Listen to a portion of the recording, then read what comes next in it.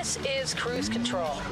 Your on-air automotive magazine with co-hosts Fred Staub and Les Jackson. Everything you need to know about new and used cars. Industry news. We'll fix or repair your car on the air. Fasten your seatbelts and let us take the wheel. Now, your ride is about to begin. Because you're on Cruise Control. Cruise Control. Cruise Control.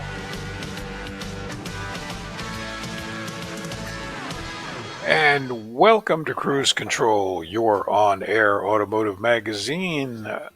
We are here live and doing what we always do. We being I'm Les Jackson. The other half of we is Fred Staub, and you all know him very, very well. And we have, guess what, a bunch of information about the auto industry. Sure do. Because that's what we do. Yeah, that's true, Les. And we're starting off this hour with the UAW settling with Ford, and they also burned the midnight oil. Mary Barra was sitting there negotiating across from the UAW president till 5 in the morning. I don't think they've had any settlement as we come on the air yet, but they say it will be happening soon. I think, yeah, they're pretty close. And Mercedes showing off its GLC 300 4MATIC. And Audi reveals its reimagined, as they like to say, Q8. That's right. Very large. Speaking of Audi, Fred.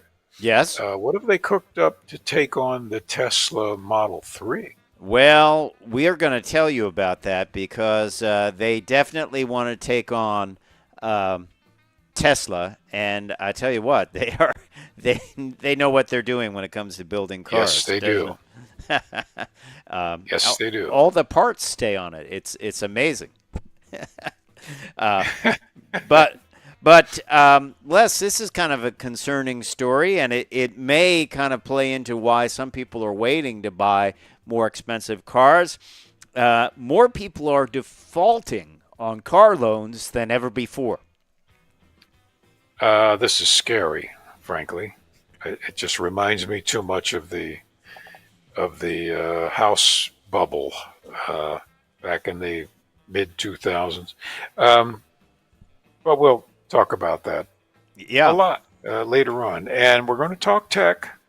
And this one is not only interesting, but quite hilarious, and that is it's a car seat that can mask unpleasant, embarrassing odors, sounds, not the odor. Sounds. Well, but the sound comes from an odoriferous orifice situation. Yeah.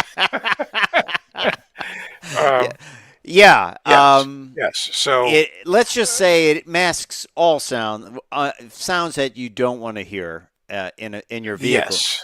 Yeah, I mean, I suppose you, instead of having this fancy seat, you could just have a performance exhaust system. But maybe that's the problem already. Yeah.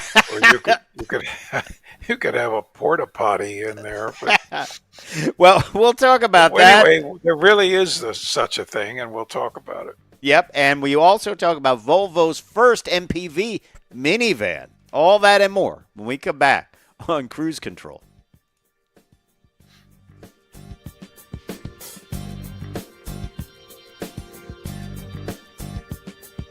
Just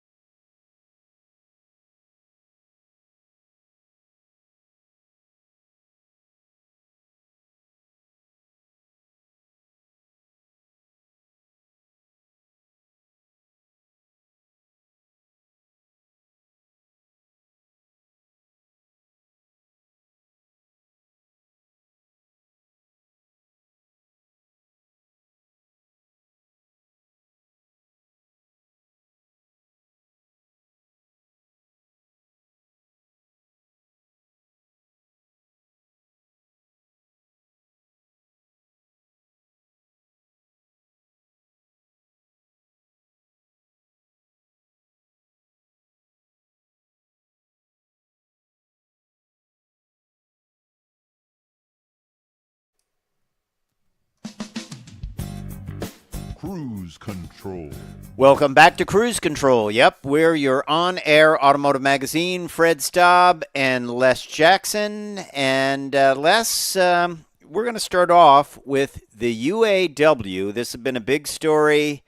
The strike has it's been settled for Ford. We'll tell you a little bit about what they got in their contract.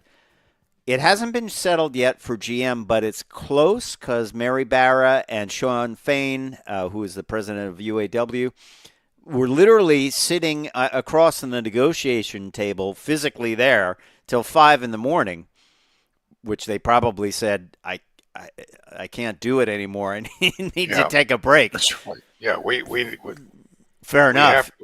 Not enough coffee to keep us awake. Yeah, fair enough. No one's saying we're not negotiating. I'm just falling asleep. And then, but on top of that, they just struck at the plant building Ram 1500s with Stellantis. So it's that rolling, what they call stand-up strike, right? Yeah. Well, that adds a lot of pressure because let's face it, if Ford settles, GM is right on back of it because that's the way it works. They want to get it done. Choice. Yeah. And that means no matter what the situation is at Stellantis, Ram will have to settle. Yeah.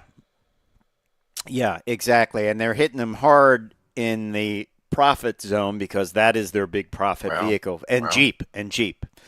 So, so let's talk a little bit about what the settlement was at Ford. They're going to get a 25% wage increase over the course of a 4.5-year contract. I'm sure Ford negotiated, said, hey, we want a longer contract then if we're going to give you this money, so we don't have to deal with this for basically half a decade, right? And temporary workers at the bottom end of the earnings scale will also benefit with increases of over 150% at the same period. I believe that means, remember, they would bring people in on a ladder system, and if you worked in a job earlier, you got the better wages, but if you were doing the same job, you got much lower wages because you came in later. I never liked that concept. If you're doing the same job, it seems too arbitrary to me.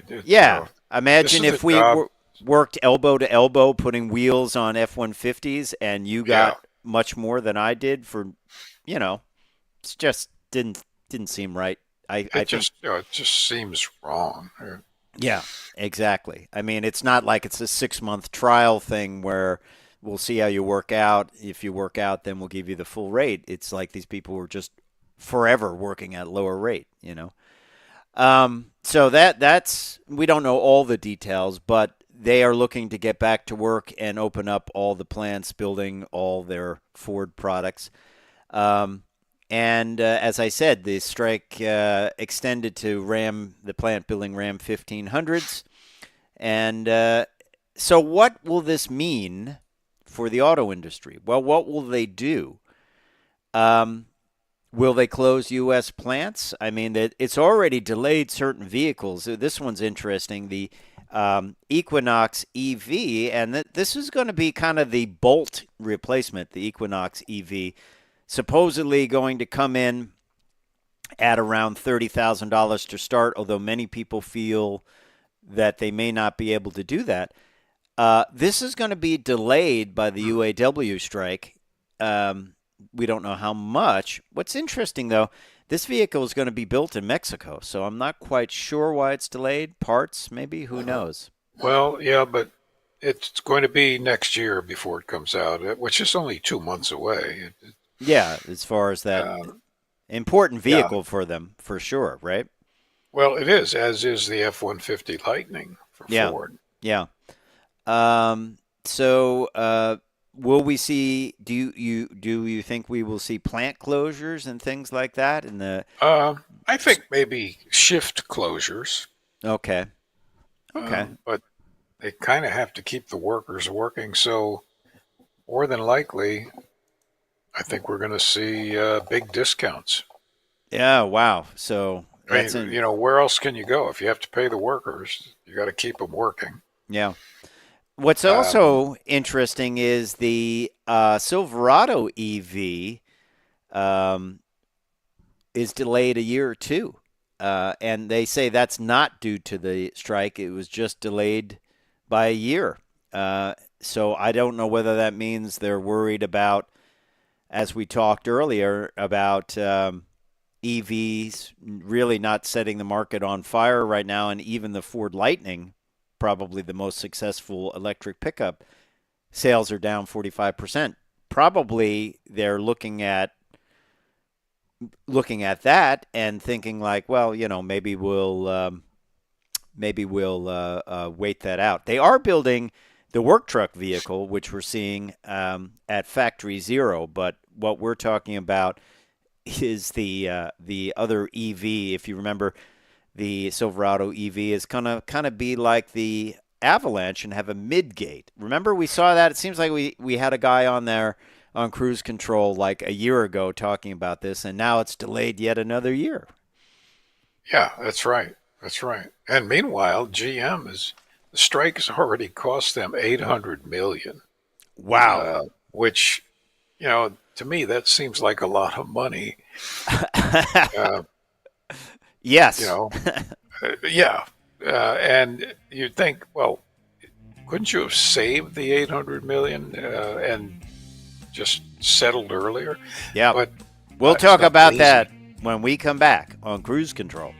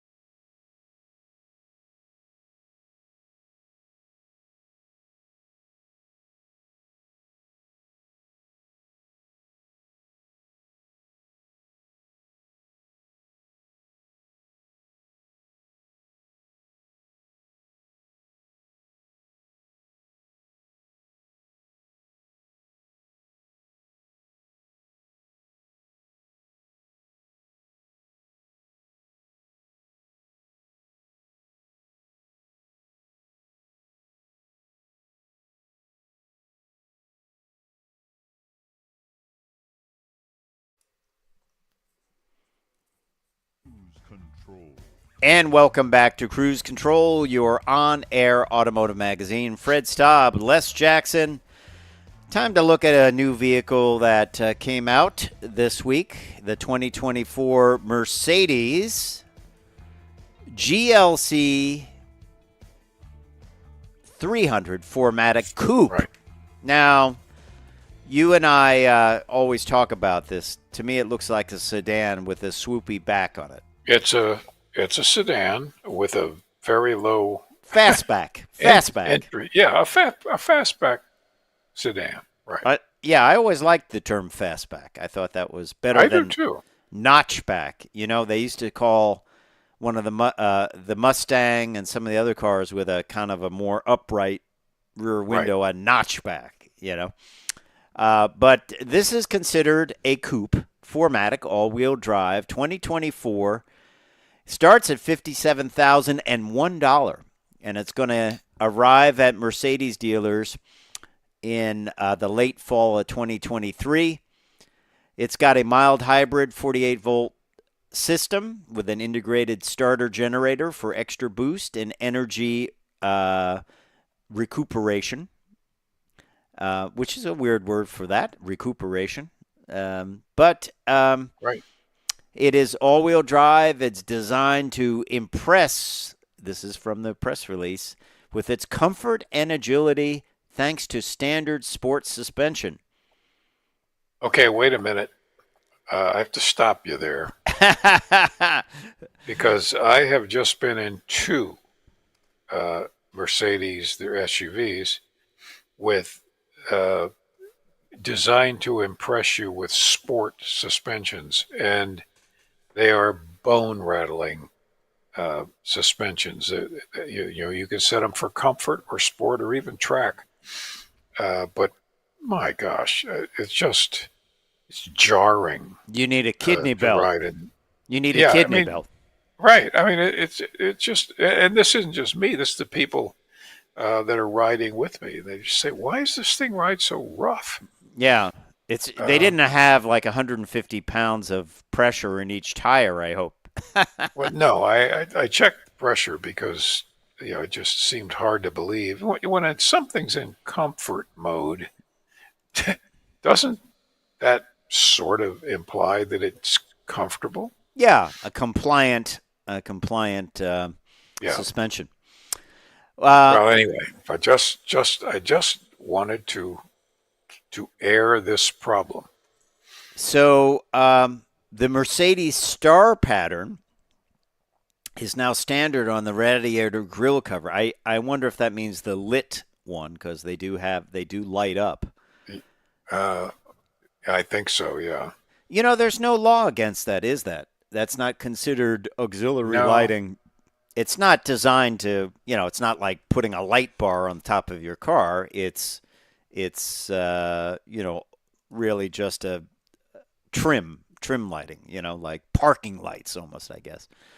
All right, so you can step it up to $59,000, and that is by equipping it with the optional AMG line, which includes AMG-specific wheels, body styling, perforated brake discs with Mercedes-Benz lettered calipers, and wheel arches painted in the body color. So all GLC coupes, to fulfill the high customer demand, will come with this AMG line when they come off the assembly line. That will bring the starting price to $59,850. I always read that almost all Mercedes get the AMG line setup. In other words, they're not AMG cars, but when they come into the U.S., they trick them out with the AMG wheels and some appearance items. I've heard that too. Yeah. I guess if you buy it in Europe, maybe you can get steel wheels with plastic hubcaps. I don't know. I don't know. But maybe. I don't know. There's a couple of different option packages. The Pinnacle trim with the Burmester 3D sound system with head-up display, heat and noise insulating glass, and augmented video for navigation. That is $2,950. There's the driver assistance package for $1,950. That has many of the Mercedes-branded safety systems we come to know and love. And the ultimate deal of this operation, for $200, you can get the night package, which includes your choice of 19-inch AMG twin 5-spoke wheels with black accents, or the AMG multi-spoke wheels with black accents for $75 more, and high-gloss black elements, front wing, grille, mirrors, beltline, and window trim. So that will be at dealerships in 2023, the fall of 2023. Which is probably right about now. Right about now, yeah.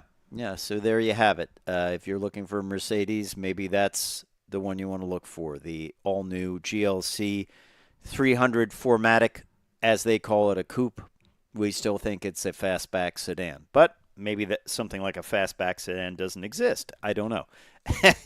That's up for debate. Yeah. But they certainly coupe to me is always two doors. Yes, but things have changed. Things have changed. Things have changed. RX-8 Mazda was still to me a coupe, even though it had the little, Had the little back door. yeah, which I thought that was a slick car. I really I did. liked that car. It was fun to drive. It was comfortable. Yeah. It was roomy. Once again, I wonder what they go for used. Les will probably look at it. Not much money. Yeah, but cool stuff. Remember, it had the CD player standing up. You put the CD in. Oh, that's right. And That's not that anyone wants to take up that much real estate for CDs these days, but no, but they just couldn't find any other place to put it. And they thought, let's stand it up. It will look cool. It will look cool. So there you have it. All right. When we come back, we're going to talk about a trend that is not a good one, and that involves people defaulting on their auto loans at a much higher rate than they have in the past. And that's just not good news for anyone. As you and I have discussed, the average auto loan now is what? It's huge, right? And it can extend out 48,000. Wow. And it can extend out to how long? What are the options? 90 months. 90 months. So that's 7.5 years. So you're paying full price on a depreciated car, or SUV. And by the way, that loan will cost you, for that $48,000 average price, the interest is going to climb way. The total interest you pay is going to be a lot of money. It's could be as much as 10,000. I know they always say, well, it's just all about the payments. Yeah, it's like, but I would always say, but how much is the total cost? How much is the vehicle and breakout? How much I'm paying? Just like a mortgage, you look at what you pay on your home over the course of however many, 30 years, 15, 30 years. That's a scary number, right? It's a big number. That is a very scary number. Yeah. You don't want to do it. No, if you can pay it down, if you are in a state, which I believe most states are no prepay penalties, you want to pay it down. Yeah, that's right. Yeah. Just paying extra money into your car loan or your home, you can save a tremendous amount. Even if it's an extra couple of payments a year, it's a good idea. So, financial advice from Fred Staub and Les Jackson on an automotive show. Who knows how that? We're also gonna talk about Cullinan, Rolls-Royce, and this one is the mother of pearl edition. And we'll tell you about this. Les, I'm going to use this word that you love. It's bespoke. It certainly is. So we'll talk about that when we come back. The Pearl Cullinan. Not for the faint of heart. On Cruise Control. In the least. We'll be right back.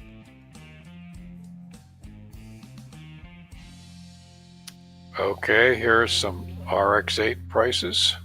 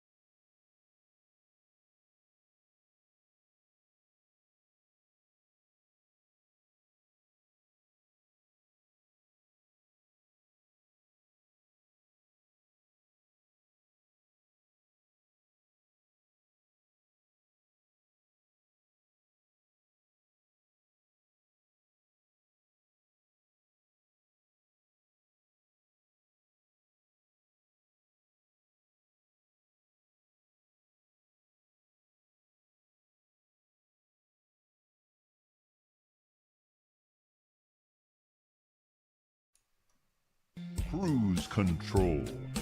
Welcome back to Cruise Control. Well, Fred, we've pretty well handled the financial world for everyone. How about home design and decoration? No, I think we'll stick to cars. Okay, that's probably best. Yeah, we didn't do well in architecture school anyway. Yeah, well, we'll stick to cars because there's plenty to talk about. This next topic comes from an Experian study, and it says more people are missing car payments, which is not a good sign for the economy. And these car payments are pretty extensive. Analysts predict auto loan delinquencies will keep rising into 2024. And a record number of subprime borrowers, oh boy, are behind in auto loan payments by more than 60 days. The rate hit 6.11% in September. And that's for good credit buyers. Yeah. Vehicle repossession rates are also on the rise, leaving many without transportation. Is it that people are overbuying? I mean, I see some people, it's the classic case of their house is falling apart, but they've got the S-Class Mercedes. Yeah, yeah. And, maybe you didn't need that. You could have got something a little bit more practical, It's that monthly payment, and they think they can afford it. It's all about the sadly. Payments. Sure, I can afford $1,000 a month. If I don't but then if anything goes wrong, right, and they run into a financial difficulty, that's it. They can't pay for it. Right. You shouldn't max yourself out if you don't have to, and you don't need to. There's a lot of nice cars that are not. You can get, and it's not cheap, but you can get them around $35,000. There's a lot of choice in that area, and they're not. That's right. Like a cardboard box to sit on. They're nice. They're fine if you're buying a new car. In the 25 to 35 category, you can get. There's a lot of options. But what just scares me is a record number of new buyers took out loans with monthly payments of $1,000 or more. Oh my gosh! In the 3 months to June of this year. Wow. It was approaching 1,000. I was following this last month. That's a lot of money. Yeah, and tremendous amount of money. And they said car payments have become the highest expense for Gen Zers and millennials, even exceeding their rent. You got to buy something smaller. You got to. I mean, that's right. If you need good, reliable transportation, get a Toyota Corolla. You know what I mean? Well, that's right. There's just this thing about American society that people are impatient. They want what they want when they want it. Yeah. And I deserve this. Well, you only deserve what you can afford. Yeah, and do you want to be vehicle poor? They talk about being house poor. They never used to say vehicle poor, but this is vehicle poor, right? That's right. And my father, when I was quite young, gave me the best piece of advice I ever heard, which is never own anything you can't afford to lose. Yeah. Yeah. And if you have a car repossessed, that damages your credit for like 7 years. Oh, it kills your credit. Yeah. Yeah. So now, if you really need to borrow for something like important, you are messed up. Hey, we're not lecturing people. People, if they feel they want to buy it, I mean, I've had people tell me this is going to be a squeeze for me, but I want this vehicle, and I'm always like, well, maybe there's something that's less expensive that is close to what you want, or will do just as good. But hey, I know the auto industry is built on people lusting after vehicles. Matter of fact, that's right. Matter of fact, there was one Mercedes electric vehicle. I don't know if I have the story here, but Mercedes said, we have a lust problem. No one is lusting after this vehicle. And that's why it's sitting on dealers' lots. And it's just not True. an object of it. Yeah, so. Here is an interesting story, a quickie story, and it makes you wonder. You and I remember the Geneva Auto Show being a big deal, right? Where it was Huge. it was like one of the crystals of the auto season circuit. It was announced this week that Mercedes, BMW, Audi, and VW are pulling out of the Geneva Auto Show. You can't get bigger European manufacturers than that, can you? To pull That's out right.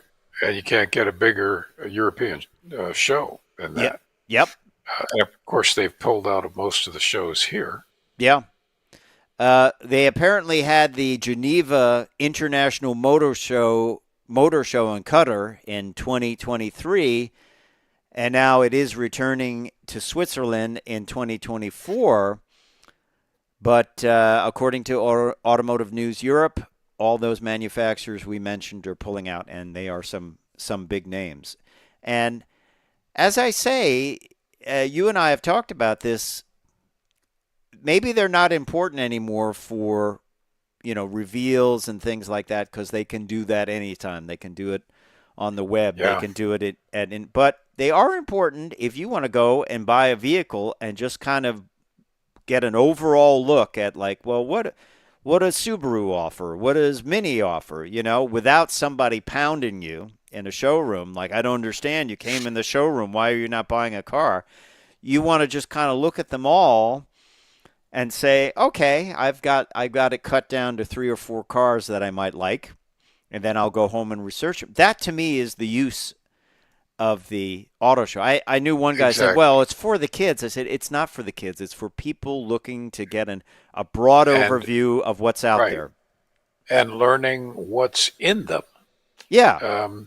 What are these systems? What's this all about? Most people only buy a new vehicle every 8 or 10 years. And that, believe me, that's way behind what's going on. Oh, yeah.